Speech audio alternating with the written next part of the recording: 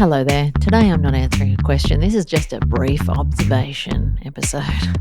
Something I have really clocked in the last little while, and that is that I have never in my life done more of nothing and been more tired. This is something that I thought about a couple of days ago when I'm lying on the floor colouring in with my daughter. I'd been doing it for what felt like forever, you know? And I was thinking to myself, this is for many people a relaxing experience. They sell adult colouring in books. But while I am partially horizontal, lying on my rug, essentially just colouring in, this is the most exhausting colouring in I have ever done. And there are just so many days like this. There was one day I remember I spent 45 minutes walking up and down the same set of stairs when she became obsessed with stairs. We went down to the set of stairs near my house and we had to go up and down that goddamn thing 50 effing times. And anytime I tried to walk away or stop it, no, we were having none of it. We needed to do the stairs again. Now, in essence, that's not really doing much. Yes, I'm exerting some energy. Yes, I'm doing a physical activity, but I'm not running those stairs like I'm doing a PT session. I'm casually walking up and down the stairs at the pace of a goddamn snail while my child learns how to navigate stairs. So technically, that shouldn't be exhausting. But I was ready for a holiday at the end of that because I was like, I can't walk up another set of stairs for the next 5 months because that was really annoying. Because there's this undercurrent of like annoyance that you really try and never let bubble to the surface that happens with just about every long repetitive activity. And that, I think, is what tires you out in a mental way that just then seeps through your whole body. And it kind of creeps up on you, because you're like, I'm not doing much here, but I really feel tired. Another time I remember I think we spent an hour. I bought these colored beads and you're supposed to thread them, but she quite likes just putting them in piles. And then when we put them in a pile, she likes to smash the pile and then mummy makes another pile. And I think we did that for about an hour. And I don't think I stood up in that entire hour. I think I was sitting on my ass for that whole time.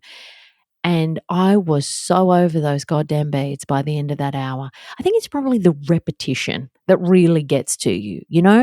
But it wasn't lost on me that I really am not doing much. And I cannot remember pre-child the last time that I sat in my house doing nothing for an hour or like essentially nothing. Would I have ever in a million years put beads into piles and smashed them into the oblivion?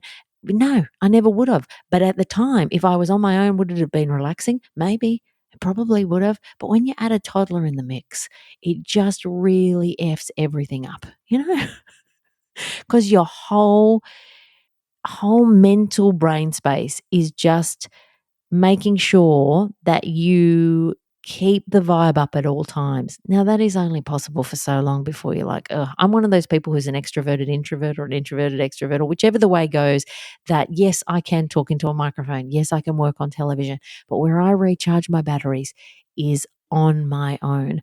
And when I go out and have social interaction and I'm talking to people that I don't know and I have to keep the vibe up and I find that exhausting. And here I am in a life that exists of nothing but that. Sure, I know her well enough, but she doesn't have great chat. No, that's a lie. She does have pretty good chat for her age. She does have pretty good chat. But I have to constantly be bringing the party. And that is like living the bit of my adult life that I'm like, God, if I can avoid that, that really tires me out. On repeat. That is the only version of my life I'm living right now. So as somebody who recharges by doing nothing, not a lot of that going on, which is why I think I'm exhausted. The whole colouring in thing too. Colouring in is such a calming adult activity when you just do it with one of those mandala books or something. But try colouring in with a kid who wants to use the colour that you have every time you pick it up. So you can't actually get any colouring in. And when you do, you will be 97% through the mane of the pony. And you will want that satisfaction that comes with completion of a task. And your child will, at that exact moment, be demanding a fresh page on repeat. And when you say to that kid, "Can I finish the main?" Fresh page, fresh page. And you're like, "Okay, mummy's just on a fresh page, fresh page." And it's really not worth the meltdown. So you're going to move to a fresh page and you're going to think all afternoon about that fucking almost finished main. I sound insane. I actually sound insane. Hello, it's me again, which is probably a bit weird because I was just talking to you a second ago. But I just wanted to pop in here in case you are one of those podcast fans who would also really like to make their own eventually. If that is you and you do not know where to start, or you're sick of typing your questions into ChatGPT and you'd really just like to learn from a human, then why don't you check out my online podcasting course, Pod School? I've helped hundreds of at-home podcasters start their own show and set it up for success, which is the bit that a lot of people forget to ask ChatGPT about, I'll be honest. And that's why so many podcasts no longer exist, because they die out after a few episodes because people go, "Oh, I didn't quite know what I was getting into." If you want any information on the course, you will find everything you need to know at podschool.com.au. Join the waitlist and you will be one of the very first people to hear about when the course is opening. All right, back to myself. If you are wondering, what is it like to have a baby or a kid? Like, this is probably the episode to listen to, because it's this sort of stuff that you can't explain, that you don't expect, that you find yourself in the middle of. And you're like, what happened to my life? And yes, there's glimmers of joy and glimmers of light, and it's lovely to color in with your daughter, but it's like there's a lot of it that's just crap and tiring. And she just has a way of just ruining stuff that used to be good. Like, even reading books, my greatest dream, when I have dreamt about having a child, the moment that I've dreamt about is the moment when she is old enough to read books on her own independently. And I have this image in my mind of her and I lying on a sofa together, reading books independently. That is the day I long for. Because I want a kid that reads, and I loved reading as a kid. I just found so much comfort in it, so much joy in it. I still love reading as an adult, and I just think the idea of us reading together on an afternoon, like, there could be nothing more relaxing, and the idea that she would be able to just happily sit there reading a book. I know that we will get there eventually, probably in another 10 effing years, but at the moment, you are really on, like, micro-minute management, because every micro-minute could be the fall off a cliff moment where we're like, okay, now we're in meltdown zone. So reading for me at the moment is the least enjoyable activity. And I love to read, because you got to read the same book 900 times.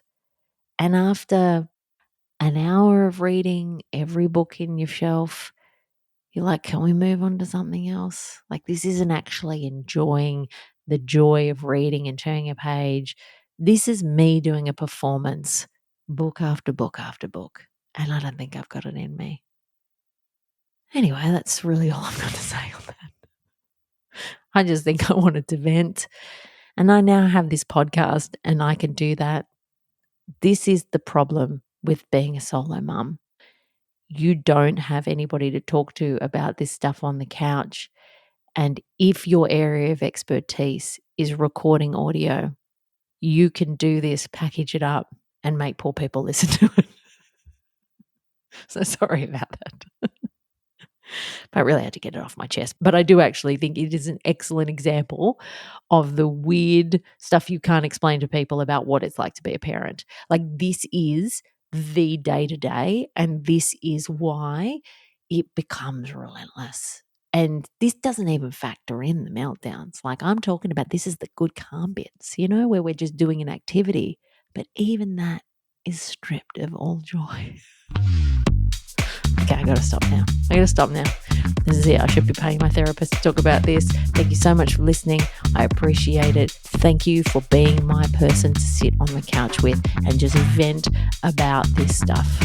It is truly appreciated. And if I could leave you a review, I would leave you a 5-star one to say thank you. So thank you for listening, and I'll see you next week.